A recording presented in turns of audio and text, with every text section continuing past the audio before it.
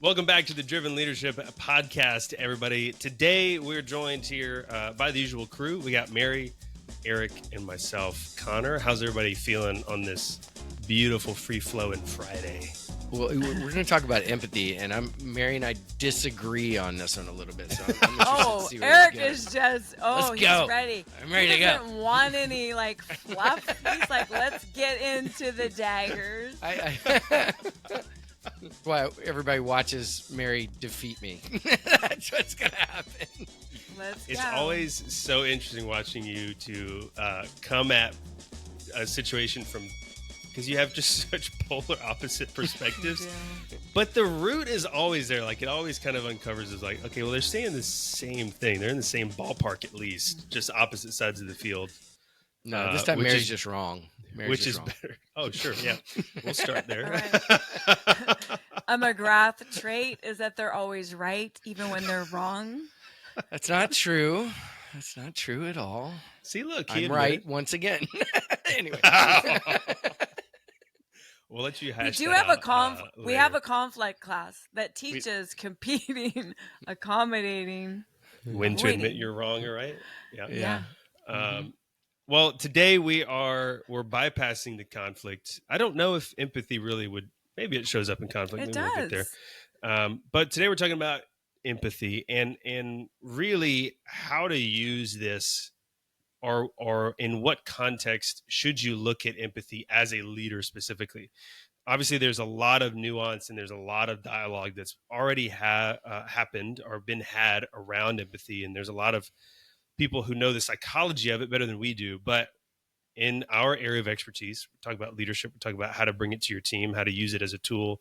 Even if we want to say that empathy is a tool, but that's the whole goal of today, is kind of outline maybe how to grow it, how to develop it if you feel like you may be lower in that area, but then really how does that show up kind of day to day as a leader or manager of people. And so I usually hand it off to you guys to start with where we want to lead it. But I think it's important because it always comes up when you talk about empathy. What is the difference between empathy and sympathy? Sympathy. Yeah. So I feel like, Mary, do you have a good way of categorizing or breaking these two up so we have a clear picture of empathy versus sympathy moving forward? Yeah. Empathy is the ability to put yourself in someone else's shoes. And sympathy is feeling sorry. That's the way I look at it, is that empathy is you're really willing and able to put yourself in the shoes, in the place of the person, and empathize with them. It's not just feeling sorry for them and moving on. It's the ability to actually connect. Yeah. And that difference in when you're talking about leadership, very few places sympathy is the effective place you want to go to. It's typically empathy. I was going to say, because what are usually the emotions that come up if somebody is being more sympathetic than empathetic for the receiving party? Let me give an example. I give this example sometimes when we're talking about this around emotional intelligence and things like that. So you're somebody shows up and they're late for work, and in them showing up late for work, you go, hey, I noticed you're late. What's happening? And they didn't call anything like that. And they go, man, I was in a car accident this morning. I've been dealing with that. I was actually really early, and I'm sorry I'm a little bit late. I got caught up in it. I couldn't get back to you. My car is completely totaled. Blah, blah, blah. I don't know. Some big situation, right? And response of that leader is, okay, you got a couple of different variations. And yes, you got to take into account if they're off every day and you think they're lying, there's all those things. But let's say we take them for face value. An empathetic leader is like, oh my God, I can't even believe you're here. Right. Are you okay? Right. Yeah. We're coming from, because you put yourself in their shoes. It's like, if I just went through that, I'm not with it. I want them to call, but I could probably understand that they didn't. Maybe they're a little rattled. Maybe there's who knows what's going on. And I'm caring, and usually care comes through empathetic. How are you feeling? How's the other person? Yeah. But then you show the other side, sympathetic. Okay, is you feel sorry for them, and the response usually sounds something like, "Man, that sounds rough. That sucks. Get your job done." Or, "Hey, are you going to be able to get your reports done today?" And that slight it sounds subtle, but it's not, because we as human beings are trained, most of us who've been around people our whole life, we're trained to notice things like that. Yeah. And empathy translates care, concern, understanding, all these things that are connective, as Mary was saying, ways to connect. And sympathy gets into it, it's much more eye focused. It's like, okay, I hear you and I understand you're dealing with that. However, we have an agenda to get to and we need to move over there. Yeah. And so it becomes more about what I want, and I'm not really looking through your lens. Well, It's almost it's a disengagement in a way. We talk about the engaged, disengaged, right? The empathetic person's really engaged. They're connected. They want to know. They're coming alongside you. It's a check-in. Like, I see you. I got you. What can I do? And the sympathy is it's the disconnect. It's almost a disengagement of check the box because they don't want to get too close. Or maybe they're not developed in that area to where sometimes people think it's weak. You know what? It's just ROI, just get on to your thing. It sucks. Not are you my taking job the day to off? worry about you. Right. Yeah. Or are you taking the day off? Are you gonna work? Yeah. But there's not that connection. It's not the engagement with the person. Yeah. I mean, I would even say in that example, like just leaving it as, oh man, that sucks. With no other, but who's going to cover your shift today? Like just leaving it as like, oh yeah, man, like that immediately creates the disengagement and like the sever of the relationship. But sometimes like it's people, very small. I know, but sometimes people don't even know what to do or say. So people who are, and we'll just jump in, people who are lower on the empathy side. Yeah, that's where we want to go. Right. I'm going to defuse Eric's daggers right now. No.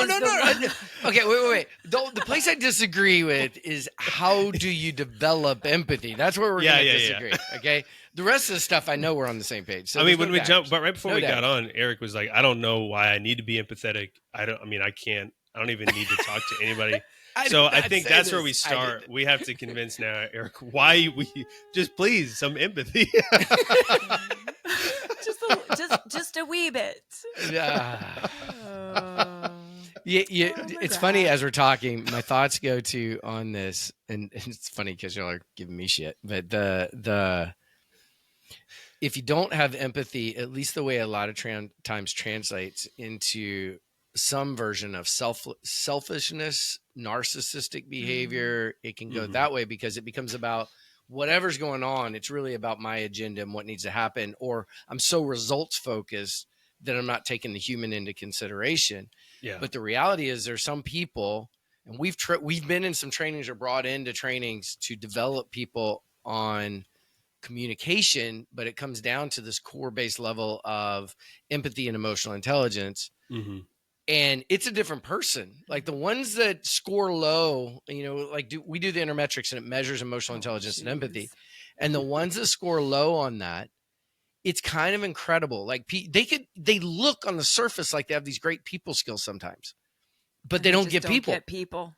Yeah. They don't get them. They just learned how to operate with people. So they understand social structure. They know, they said something, I'm supposed to smile, but they don't really know how to feel it and connect. Something's broken there. Mm-hmm. And this is where they don't. Yeah, sometimes they don't care. I have actually a funny story. I mean, all names, all titles, all companies are. It's off. 100% accurate. These are the real people. No, all made up. These are the real people. So when we first got certified in the Intermetrics, we got called into a really big company. Oh my God. Oh, I'm excited. I don't know if I've heard this one. What is it? Brutal. It was like a Fortune 100 company. And we had to sit with the leadership team, and we were brought in to sell basically the Intermetrics. So we're going through what's the value. Well, the general manager of this company is super low on empathy. So on the emotional intelligence, which it's looking at the empathy too. And Eric goes, well, he's in this room. So curious to know how you're going to approach this, because it's saying that he doesn't have any empathy. He's disconnected from people. He's aggressive, has user tendencies. which were all the problems that were going on in the business, by the way. Oh my gosh. That's usually how it works. Yeah. Yeah. And so I'm sitting in this boardroom with all of this leadership team. And I said, and they're looking at their scores. And I said, so based on your results, this is what it shows up as. However, this is an assessment. And I went into, it says that you could, not really care, not understand people, get people, have some user tendencies, and the entire room erupts. And they're like, oh my God, that is so true. And the guy was laughing with them. And he goes, yep. Wow. However, he was actually a really respected leader within his team because he made things happen.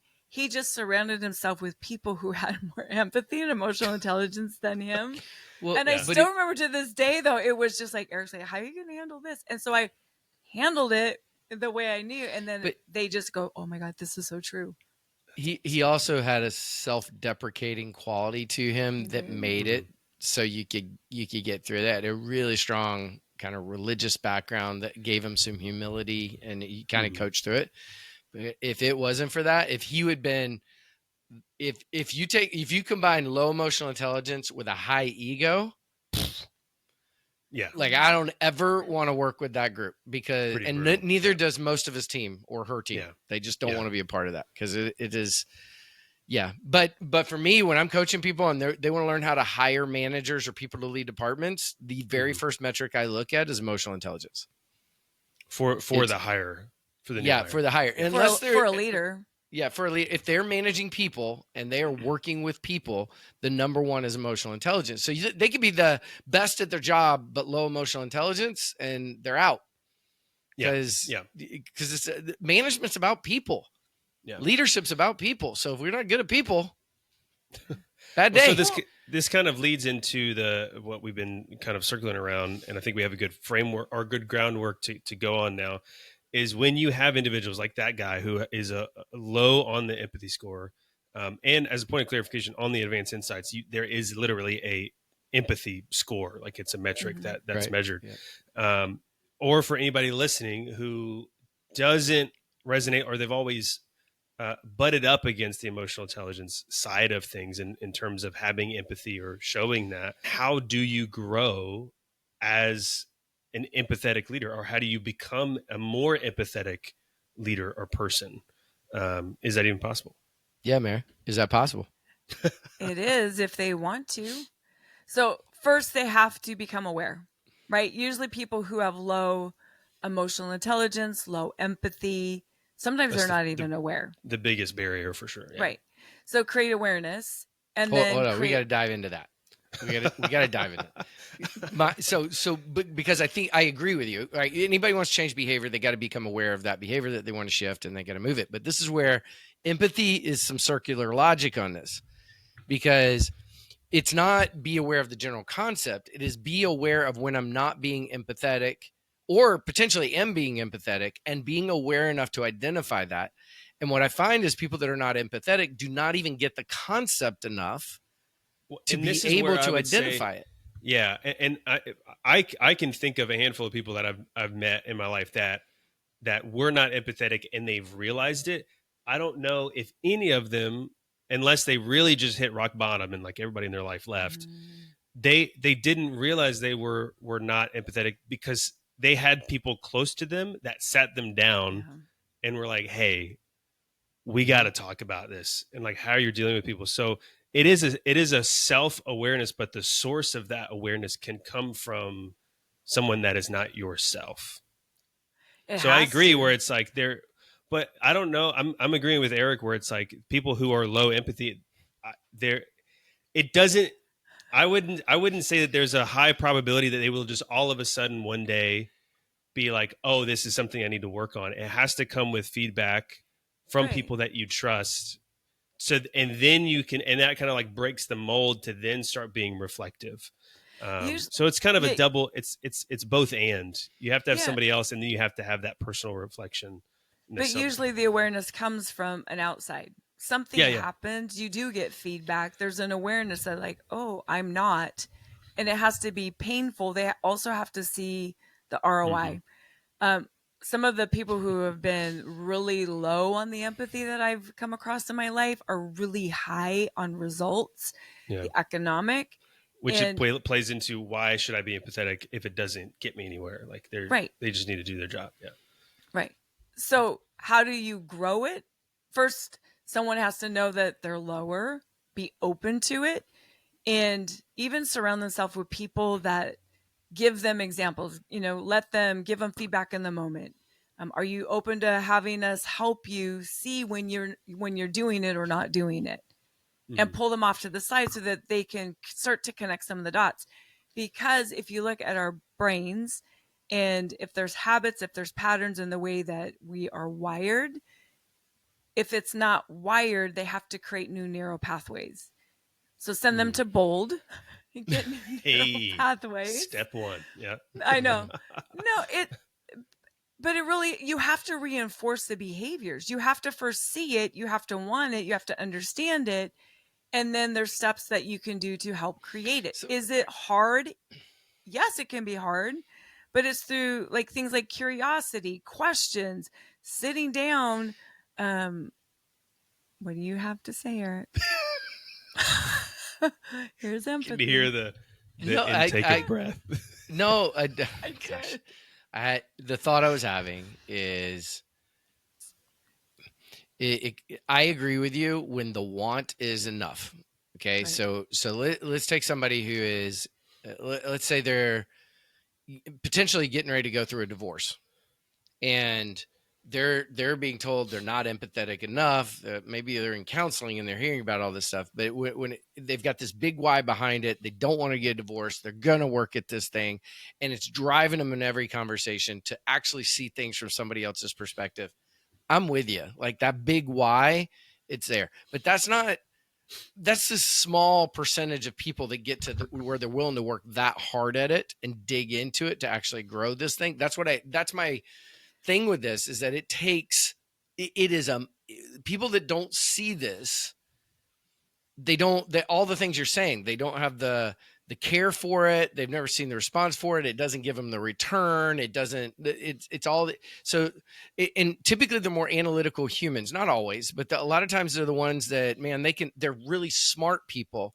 It's interesting because you go in, they talk about doctors, and not all doctors are this way, but a lot of times you meet these really brilliant doctors with terrible bedside manner. Mm-hmm. And the gap there is empathy. The gap is they're in their head and they're like, okay, I'm producing an outcome connection. I don't have time for that, or whatever's going on. That skill isn't valuable to me, but I'm really good over here. And then they walk in and they're delivering challenging information to people, and they got this, yes, unfortunately, this is what's going to happen. You're going to have to deal with that. I mean, they're kind of in that space. I've had doctors like that because, I've had quite a few surgeries. Yeah. And there was one doctor that was very analytical, that didn't seem like he was connected. Here are the facts. And I remember crying. I was scared, and he actually calmed down. Yeah, because he had some version of awareness of going, oh, I'm not showing enough empathy. And here's my bet. My bet in his head is he goes, oh, show empathy. I'm sorry, he's not empathetic. He just put on the mask of being empathetic for a moment to accomplish a goal. Work on it. Right. So if you're in leadership, so this can go through listening, this can go through communication, because you have people in leadership roles that suck at communication, how to handle conflict, and it's a skill that they have to develop. The same thing. I think I'm more on track with Mary now, because in the context of this conversation of like Eric, I think Eric's coming from it from like a very humanistic perspective of like, do humans have the ability to grow empathy?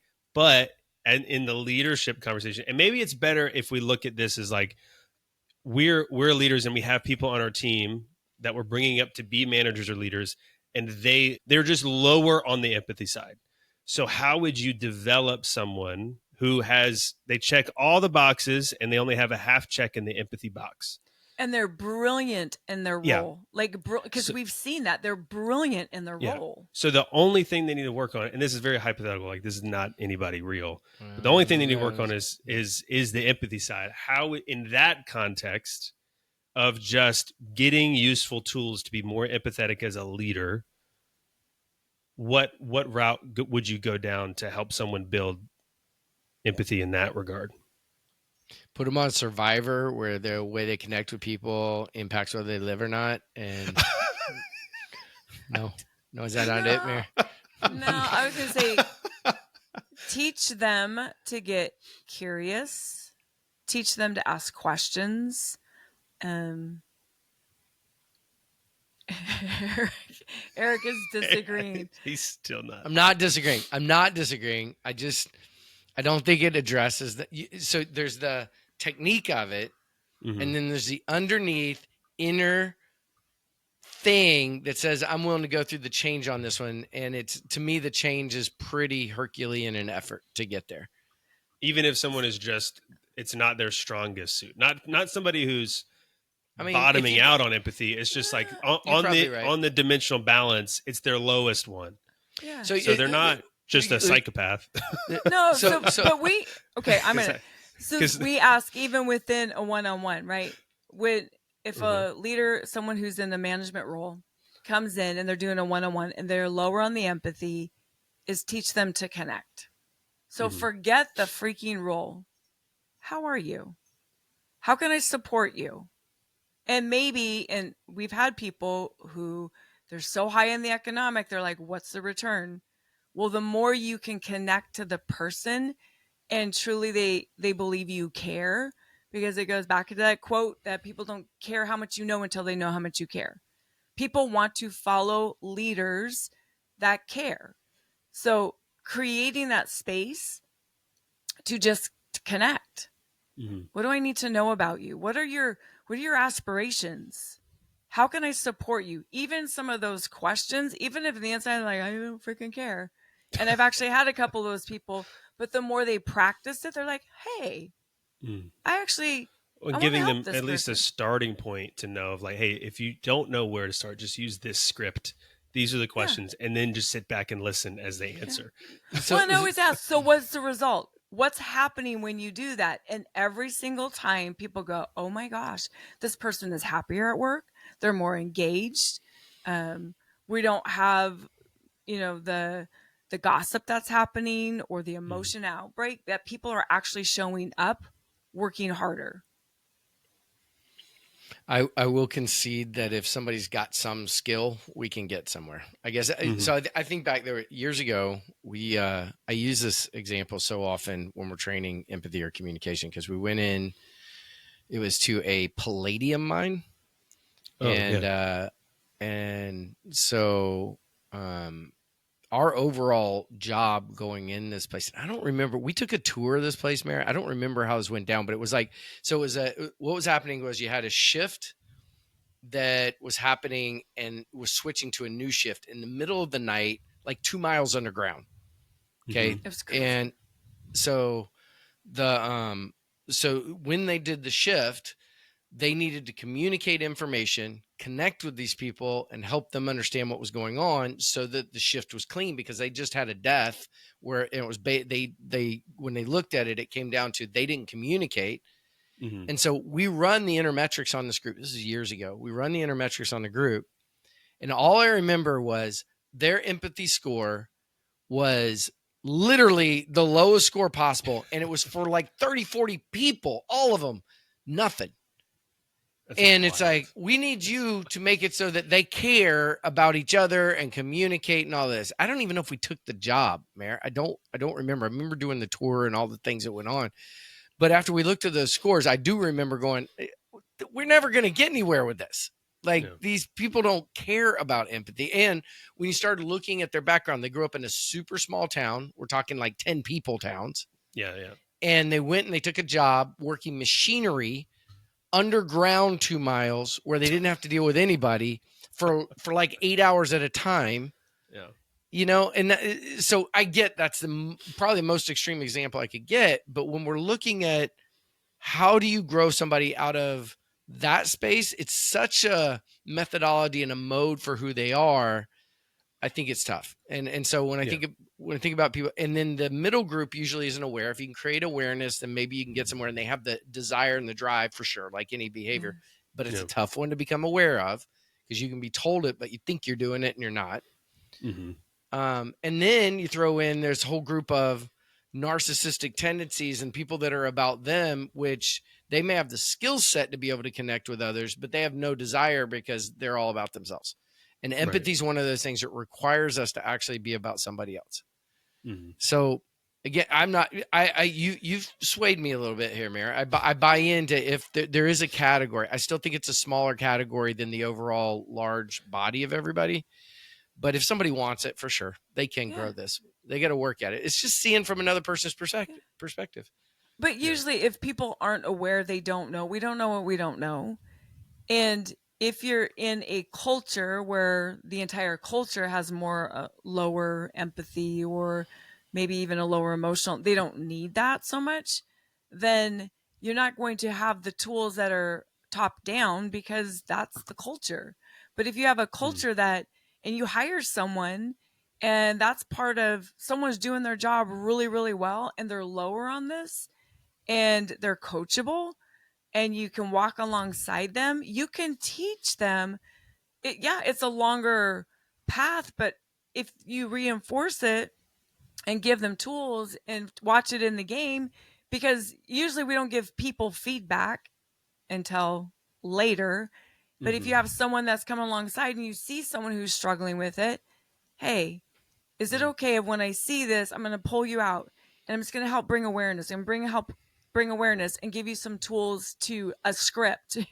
We're going to work on the script, right? We're going to work on this for like soccer. We're going to work on footwork, and then we're going to do this, and we're going to do this.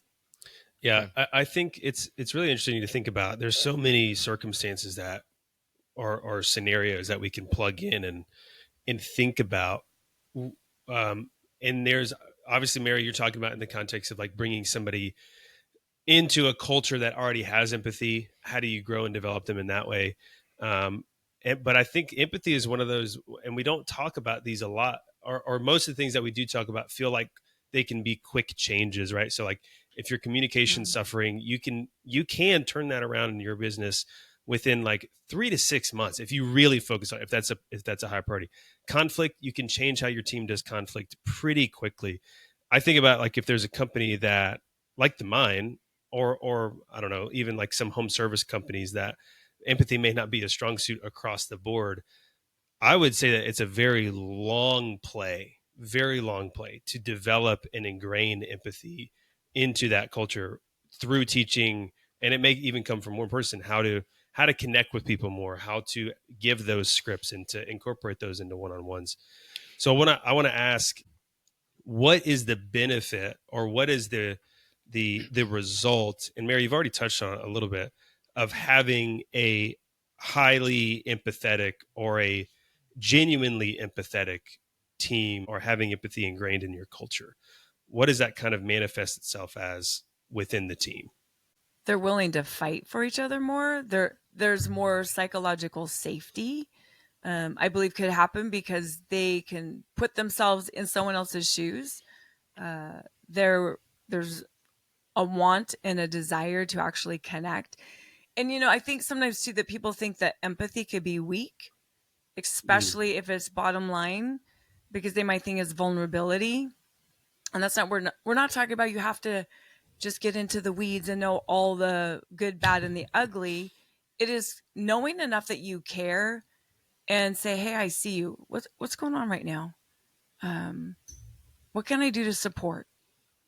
Finding out sometimes even the empathy within a company and a team and the direct ROI, if you pay attention to your team members, your employees, and you see someone who is struggling, maybe they're shut down, maybe they're more emotional, and you pull them into the office and ask them, hey, what's going on? Usually it could be something at home. Do you need the afternoon off? That is a part of showing care, to say, I see you. What can I do to support you? How do I come alongside you? And usually when people are struggling and stuck, they're so afraid that they're going to make mistakes or they're not. There's all these different things that are happening. So empathy as a leader, the direct ROI is it does produce tighter, higher performance teams, which you can start to build even more trust within it, I believe. Yeah. So can we talk about, I agree with everything you just said, that so cultures that in some ways have too much empathy. Okay. There is a thing. I don't know if there's too much empathy. Maybe that's the wrong way to say it, but especially gosh, it needs to be a balance. It does need to be a balance. I know where you're going with this. I think that empathy, I think it's different. I think empathy, I can fully care, but I also have to create accountability. I can't care so much that I'm just like whatever you want and kind of come from that place. Heart. Yeah, because then it gets almost twisted, manipulated, and used against the person who's highly empathetic. So you have to be empathetic and then also have a certain level of I care about you, but we still got to run a business. And that's really the point that I wanted to kind of get to, because you can't just be like this overly empathetic leader.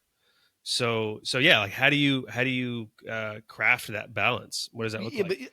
But this is funny. I've dealt with this my whole life, and I don't know why this popped into my head, but so I'm thinking about when my son is 27 now. Okay. But when he went off to, it wasn't even kindergarten. It was like pre-kindergarten. It was somewhere in there. Okay. And I can still remember him going off and he's crying and he's attached to my leg and he doesn't want to go. And it's all these things. So the empathy, and I watched some parents walked out of there with their kid. They didn't make them go. They left with their kid.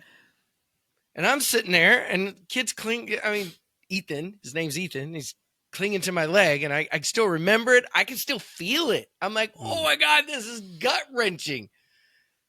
But that kid sure as hell went to school, you know? Yeah. And they called me up and they're like, yeah, he's still kind of not, he's pretty sad today. You know, it was a rough day for him. First day of school. I don't know if they called up or not. I'm like, if that happened, I know my response would be, wow, that's tough. I'll be there at 3. You know, it's like, and I've always been that way. That's sympathy. That was sympathy. That was sympathy. That's sympathy.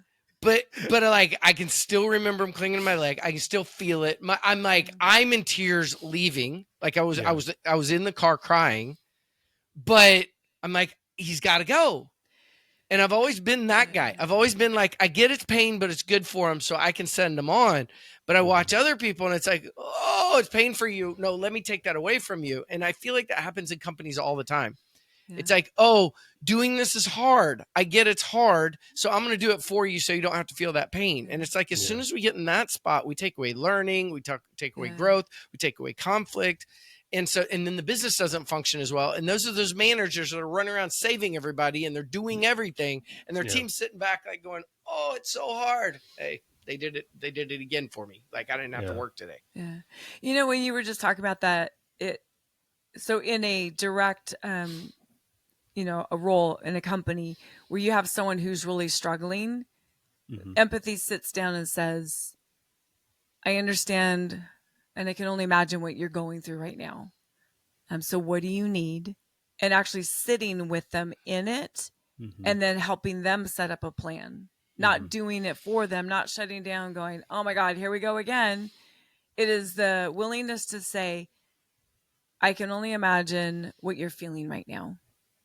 Okay, so take a deep breath. What's really going on? What's underneath? Yeah. And then I've had so many conversations and one-on-ones that went this way, and they always felt the best when it was that in the beginning. It was, hey, I totally understand. That is awful. I hate that. We're going to do everything we can. Now let's talk about what can we set up to still make sure that you're successful while that is going on. And I think we're in this realm of like something tragic maybe has happened or just emotionally, they're emotionally distraught and something's wrong. But like, I think the phrase that's going to mind is like that empathy has to come before accountability. Yeah. Because if you just That's have good. accountability, then it's just then it's sympathy before accountability, and that is never gonna. Then they're gonna become disengaged, like we said at the beginning. And so leveling that empathetic side, but then partnering it with, okay, but at the end of the day, I still need you to show up. Yeah. And if it's paired like that, I don't think I've ever had a conversation that's gone south, and then be able to, like, you know, put their chest up, lift their chin up, and be like, okay, thank you. Like, let's, I'm here for it. Like, let's do it. And then the subsequent days and weeks are active check-ins, really purposeful, meaningful check-ins, making sure, like, adjust the plan as needed. And again, this is, I think, for a team member that's, you know, going through a lot of stuff, but I think it could also be extrapolated to just minor changes and things that people who are having off days or whatever. So I think that's actually kind of, I'm really kind of floored by the example of bringing your kid into kindergarten. Like, that's so accurate, because it's like, yeah, this is really painful, but it's necessary, because if you don't do it today, you're going to have to do it tomorrow, and it's not going to be any easier. It's actually going to be harder because they you brought them home yesterday. Yeah, they won the first day. Or now you're homeschooling them because it was so painful. But there are people doing that. There are people doing that. You know? So that's empathy on the extreme. What you were saying is people don't set boundaries. They are such feelers that it has the opposite effect. They're not setting boundaries. There's no accountability. You want to take the pain away instead of going, all right, I understand what you're feeling. And you're inside going, calm down. It's not about you. You know, they got to learn their own lesson. I want to give a little shout out here to, so within the day spas that we own, Facial Lounge, we've got a manager that manages our Back Bay location. Her name's Mercedes Cox. Okay. And she is awesome. Like, she's probably one of the most empathetic human beings you've ever met. Super connected, cares deeply. Like, she's just incredible. And she used to be an esthetician, and she moved into management. And this transition, you know, we had a talk before she did. And I'm like, okay, you're so empathetic. I'm concerned when we've got to create accountability, when we've got to push, if you're going to be able to do that. And it's been the most incredible thing to watch her, because she's learning the technique of doing it, but she gets in these situations and she is literally crying, but holding the accountability line. She's like, you can't, I don't even know I can't even do it the way she does it, but it's like, she will do it. She's amazing. She does the thing, whatever the thing is. And it's so hard for her. And then she cries. And then I'll be talking to her, and she's crying, but she's strong. And I'm like, so whatever, she's at the top of the scale on empathy, but she can still create accountability. It kills her. And sometimes it's almost comical, not comical. It's the wrong way to say it, but I'm just like, how are you doing this? She's like, it's literally like, okay, I'll do it. You know, it's like, no, but she does. Awesome. So it's completely, it's possible, but again, it's hard. Well, it's the opposite end of the spectrum from somebody who's low empathy. How do you build it? Somebody who's high empathy. How do you put a blanket on it a little bit? But the high empathy, I think that's what gives people the empathy a bad rap, is because a lot of times people look at empathy as weakness, because it is emotion. And how do you balance the emotion where you can feel? And I know I say it all the time, people want to be seen, heard, and know that they have value. Well, when we have empathy and we can connect with them, it lets them know that we see them, that we feel them, that we hear them, and they have value. Yeah, completely agree. So good stuff. That's cool. Well, hey, we did it. I won. I won. What do you mean you won? I swayed Connor. That was. I didn't realize Connor. And you came over to my side of the thing. I didn't have any swaying to do. I feel like I'm in the same position. You want Eric. Okay. We need a poll right here. I feel like clearly I can buy more into Mary. And then Eric goes, oh, and he stopped fighting me. Okay, here's the problem. Okay, I just realized, even if we put a poll out, you're going to win because everybody likes you more. That's just the way it's because I have more empathy. That's Okay. hilarious. Edit, Well, edit thanks for that part out, listening. Connor. Edit. We need to edit. No, we're I can't keeping do that that. one in. Thanks for listening to our. This is the first episode that feels like more like a debate, but I think we got there in the end. I feel really good about where we landed it. So, if you are curious about what your empathy score is, first make sure you really want to know. Then email us because it could be a blow. You have other strengths. It's fine. Email us info@drivenleadership.com. We'll hook you up with an advanced insights assessment, and we'll bring it to your whole team. We come into companies, we give the whole assessment to their whole team, and then come in. We do a 4 or 8 hour training. We do it online as well. And it honestly, this is a sidebar, I guess, but it's one of my favorite parts of what I've gotten to do here at Driven. I've been able to tag along to some of these with a conflict class or the advanced insights one. And man, seeing the lights come on for people is kind of amazing. And then we've had the opportunity to work with companies that continually, and that I've been able to see them develop and like lean into those strengths and kind of level things out and build their empathy or build their conflict style. And it's just really, really cool. So if you're interested, email us info@drivenleadership.com. And yeah, thanks for listening, everybody. Thanks for fighting the good fight, Eric. Mary. I feel like I won. Okay, that's right. McGrath is always right, even when he's wrong. Perfect way to end. Yeah. All right, Bye, thanks for listening, everybody. I'll We'll see you be next week. on the couch. See ya.